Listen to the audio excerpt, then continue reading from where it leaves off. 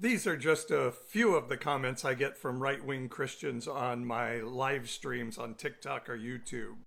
I'm Unconventional Pastor Paul. I walk an emotional and spiritual well-being journey with people and challenge the mindsets of the right-wing Christian church.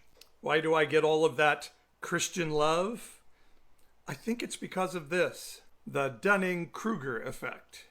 Dunning Kruger says the less a person knows about a subject, the more certain they can be that they're right. As a person begins to learn more, they become less certain of what they know. Until they reach a level of expertise, then they know best what is right, but are also open to hear new ideas. Because Christian identity comes so much from the community they belong to, it's very important that those beliefs of that community not be questioned or challenged. So they have to find a simple way to discount anybody that challenges those ideas. We saw this phenomenon a few years ago when young Earth creationist Ken Ham had an evolutionary debate with Bill Nye, the science guy. Christians in the audience said Ken Ham had won the debate because of his certainty, while more centrist and less religious people said Bill Nye won it because he was willing to ask questions and said there's a lot of wonderment still to be learned in the world by human beings.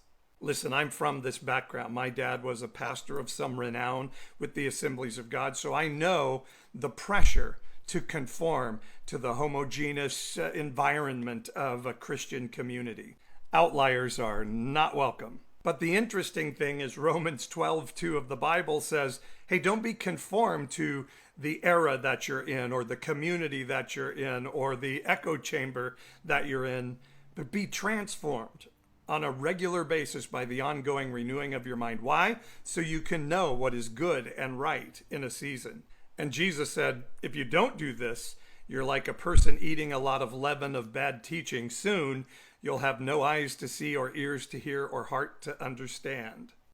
And when a person chooses the certainty of their community over the wonderment of learning and humanness, that's when they start to say, no, no, no, we don't want to hear nothing that disagrees with our dogma.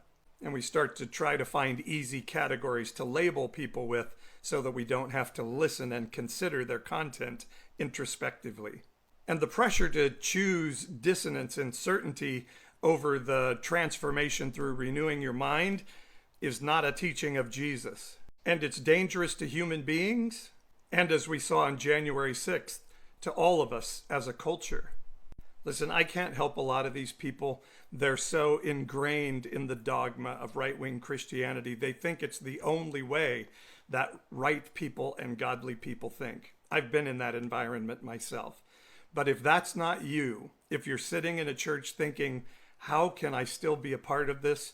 Let me encourage you and give you permission to think and learn, because those things are not a sin. I promise you, God is not mad at you for thinking. In fact, the Spirit of heaven is saying today, something new is springing up. Can you not perceive it? And I am in hot pursuit of this spiritual connection with heaven and with myself internally that's not constrained by a rule book of a right-wing American Christianity. I hope you'll be on this journey with me. Like, follow, share this video, or go to my website. It's in the link tree.